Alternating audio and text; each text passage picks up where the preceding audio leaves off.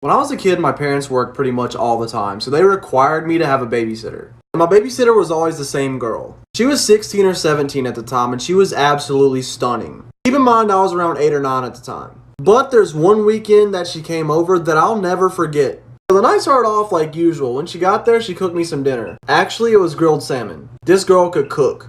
And she was super lenient and cool, so after we got done eating, she let me watch an R-rated movie with her. But once it was time to put me to bed is where things got insane. She walked me up to my room and told me goodnight and that she loved me because we were pretty close at the time. Well, I tried going to sleep, but it wasn't working, so I started playing some video games. And after a while, I got bored and still wasn't tired, so I decided to go back downstairs to talk to the babysitter. But when I got downstairs, she was laying completely unclothed on my couch. Doing this? I was at a loss for words. She was so beautiful, and this is the first time I'd seen anything like that in real life, so I could not stop looking. But a few seconds later, she noticed that I was looking at her.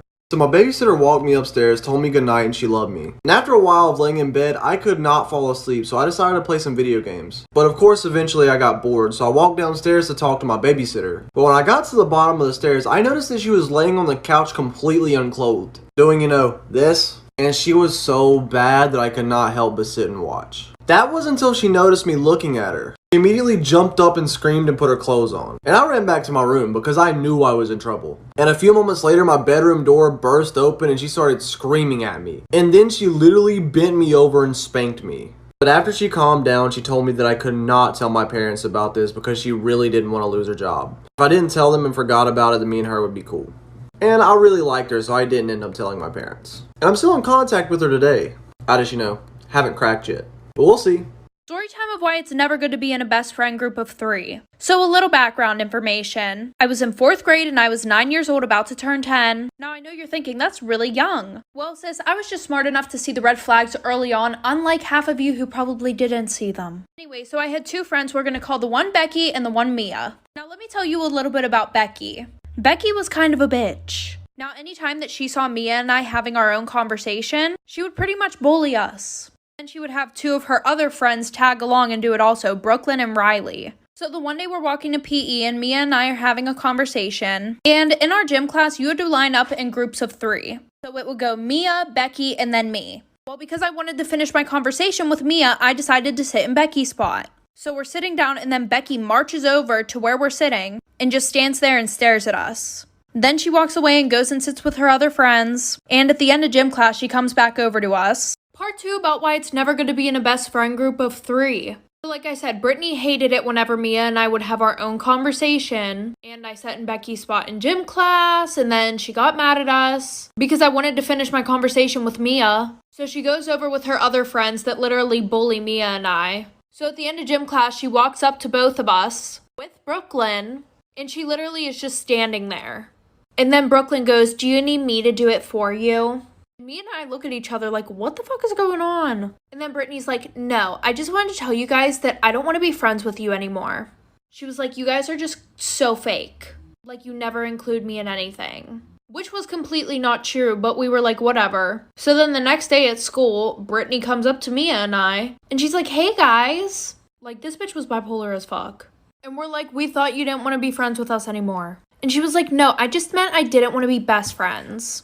Story time about how my brother caught me making out with his girlfriend. Disclaimer, this is not my story time. It was sent to me on Instagram. Growing up, I didn't have a really good relationship with my parents or with my brother. The only person that I did get along with was my sister. You see, we're kind of a religious family. When I was 15, I knew that I liked girls, but there was no way that I would tell my parents that I did. They would never accept that their daughter liked other girls. I basically suppressed all of those feelings for about 5 years. When I turned 20, I decided to come out to my sister. My sister was super open, accepting, and she was really loving about it.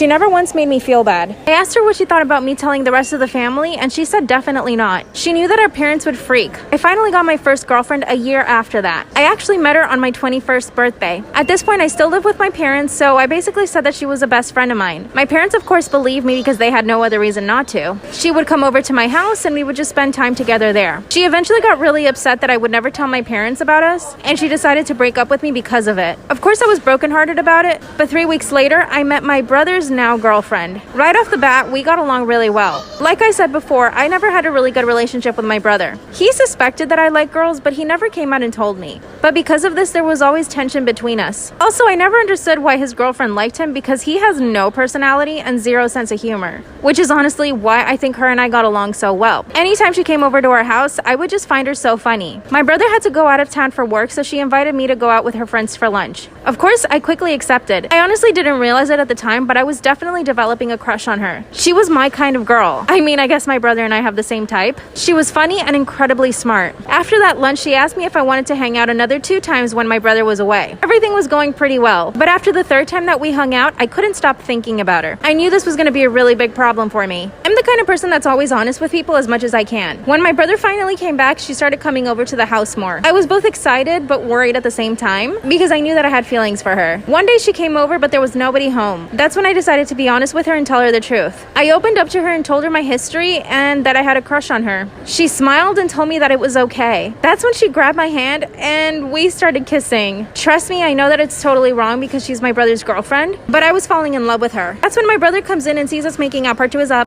Part 2 of how my brother caught me making out with his girlfriend. Disclaimer, this is not my story time. It was sent to me on Instagram. That's when my brother comes in and catches me making out with his girlfriend. He instantly went berserk and started punching a hole through a wall. His girlfriend tried to calm him down, but he told her that if she touched him, he would probably end up hitting her. Luckily, no one else in the house was home, but my brother threatened to tell my parents. Like I said in part 1, my parents are very religious, and I knew that they would never accept me as I am. That's when my brother said that he had already been suspecting of me and his girlfriend because her and I had been hanging out so much. He then started calling me a bunch of names like freak and other really inappropriate things. Then the fight became about him and his girlfriend. His girlfriend started telling him that she had been miserable the whole time that she was with him and that he had been manipulating her the whole time. She told him he was even toxic, which I can believe because my brother's kind of like that. She then left the house and told him that she never wanted to see him again. My brother started asking me a bunch of questions like how long I had been seeing her. I told him that this was the first time her and I had ever kissed. Then he told me that I needed a man to teach me how to be a woman. So instead of staying and arguing with him, I decided to leave. I decided to go ahead and tell my parents the truth before my brother did. I was absolutely petrified. I told my parents that I like girls, and I told them what had happened with my brother's girlfriend. That's when my dad told me that they weren't upset that I like girls, and that they would have accepted me either way. But they were really upset that I had hurt my brother's feelings, and that I caused them to break up.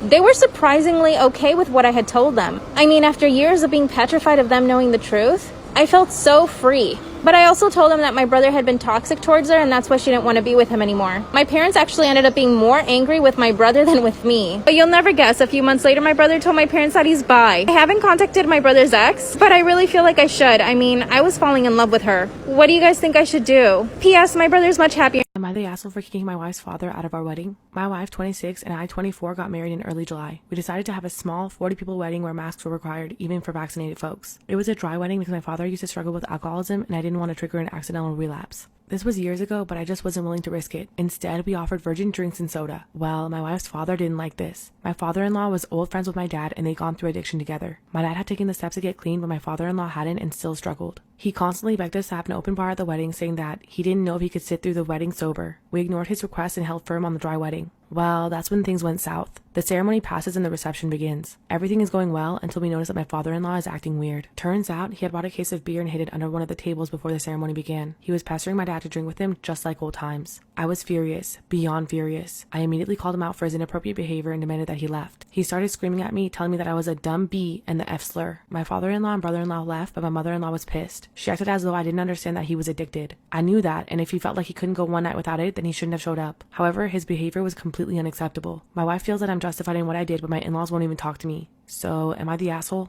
I was hanging out with my friend and her kids, and her daughter was coloring right next to me, and all of a sudden I heard her daughter taking like a really sharp breath, and I looked over and she was sniffing her marker. She was just like smelling them as glory. She's 5. She was like smelling them as glory. And then she saw me looking at her and she said, "Do you want to sniff it?" And I said, "No, thank you. That seems like a slippery slope for me." And her mom was like, "They're scented. We bought her scented markers for her birthday. That's why she does that." really miss how all you had to do to make friends in college was leave the door open to your dorm room and people would walk past it and be like, hey, cool Justin Bieber poster, do you want to come to a party we're headed to? And we would say, yeah, we want to go to a party with you strangers. And then we would go to the party with the strangers and we would be like, yay, friends forever. We both love parties and Justin Bieber. And then you'd be friends for a while. But as an adult, I don't know how to make friends as an adult. Like, I feel like I'm asking someone out on a date, and then if someone asks me to hang out, I'm like, why? What's your deal? What do you want from me? What?